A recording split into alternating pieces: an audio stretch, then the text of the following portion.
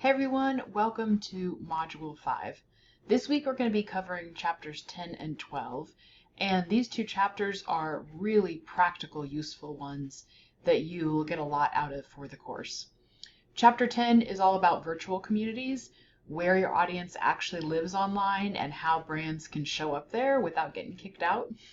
And chapter 12 is all about measurement. How do you know if anything you're doing is actually working?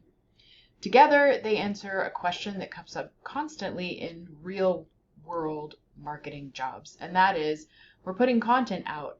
People seem to be talking, but is it working and how do we know? So there's two key ideas that I want you to hold on to through the whole video, and that is that communities have rules and metrics have to mean something. So let's get into it. So chapter 10 opens up with a definition from a researcher named Constance Porter. And she states that a virtual community is a group of people who interact around a shared interest, supported at least in part by technology. What I want you to notice is how broad that is. It's not just Facebook groups. It covers a lot of distinctive types of groups, and they each behave very differently.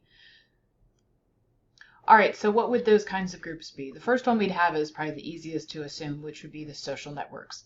Facebook groups, LinkedIn groups, those are easy to reach, but organic reach, as we've previously mentioned, has been declining over the years. All right, and then we'd also have forums and boards. Think of things such as Reddit.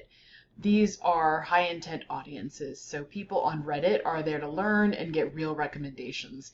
And they have really extremely well calibrated radars for finding and seeing brands that show up just to promote themselves. If you get into a subreddit with a marketing post, you will get called out fast. Those brands that do well on Reddit are actually participating in the community first. Then you would also have review sites. So this would be things such as Google, Yelp, Amazon. This is a purchase stage touch point. People check reviews right before they buy. Most brands dramatically under-respond here, especially to negative reviews. A thoughtful response to a bad review can actually build more trust on a page than tons of 5 stars with no engagement from the brand. The other thing would be social bookmarking. So Pinterest, Flipboard, these kinds of things are where content gets recirculated over time and exists long after it's posted. Another thing would be brand-owned communities. So Sephora's Beauty Insider that the textbook gives an example. This has the highest loyalty ceiling of any format, but it does require serious ongoing investment. You can't start a brand community and then go quiet on it. So the key strategic takeaway from this is that there are different communities and they serve a lot of different stages in a customer's journey. And you need to know which stage you're targeting and trying to address before you decide where to show up. All right, so chapter 12 starts with a problem that every social media manager eventually faces. Someone in leadership asks, what's the ROI of our social media? And if you haven't set up the right measurement framework before you launched, you can't answer that question clearly. There are 4 terms that chapter 12 defines really precisely, and people, including a lot of working professionals, mix these up constantly. So I want to go through them. So a metric, it's just a number. It's impressions, page visits, follower count. A metric tells you what happened, but it's not going to tell you whether it matters or not. So a KPI, a key performance indicator, is a metric that's been tied to a specific business objective. So engagement rate, it's not a KPI on its own, but engagement rate above 3% on Instagram mapped to our brand awareness goal, that's a KPI. The difference is intentionality. A goal is the broad outcome you're working towards. Increase brand awareness, generate leads, improve customer retention. Goals are directional. ROI is a value generated divided by investment, okay? Multiplied by 100. So it's the number that justifies your budget. And it's the one most social media teams struggle to calculate because they haven't connected their metrics back to actual business outcomes. Now, Chapter 12 gives us the valid metrics framework and a little bit about this framework. This textbook framework is useful as far as conceptual understanding. It's a reasonable way to organize thinking about what the metrics mean, but it's more of an academic scaffolding tool than actual industry vocabulary that you'll encounter in working in this field.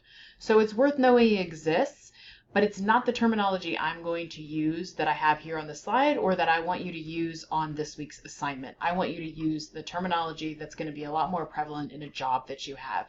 And those four buckets that we could put those the framework in would be more awareness, engagement, conversion, and retention.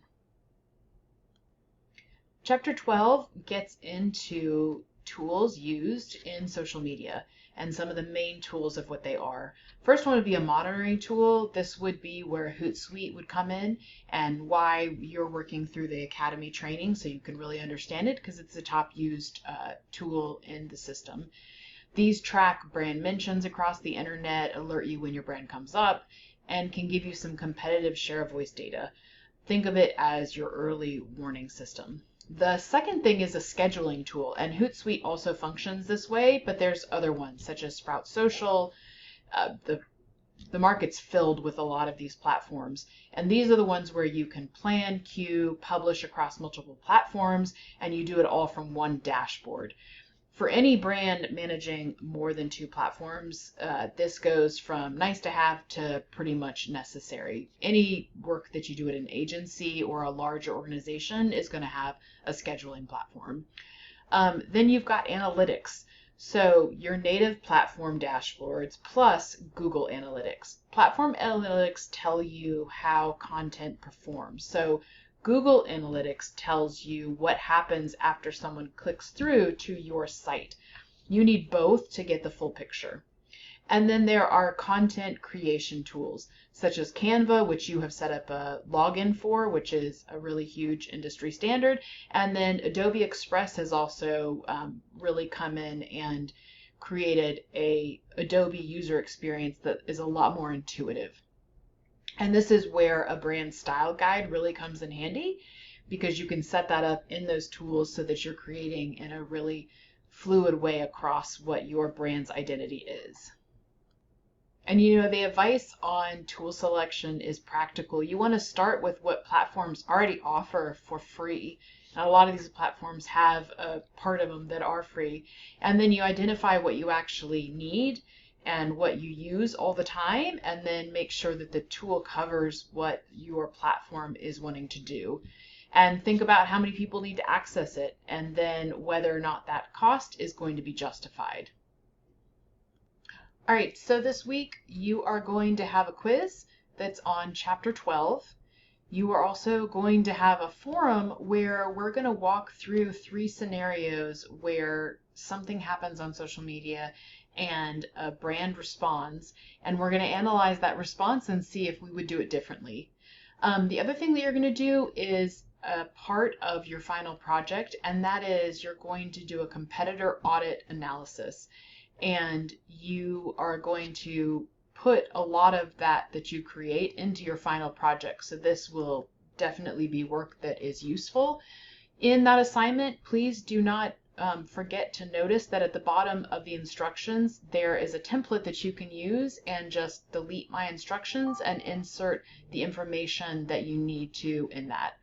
Your last part is the end of the Hootsuite Academy things that you need to do.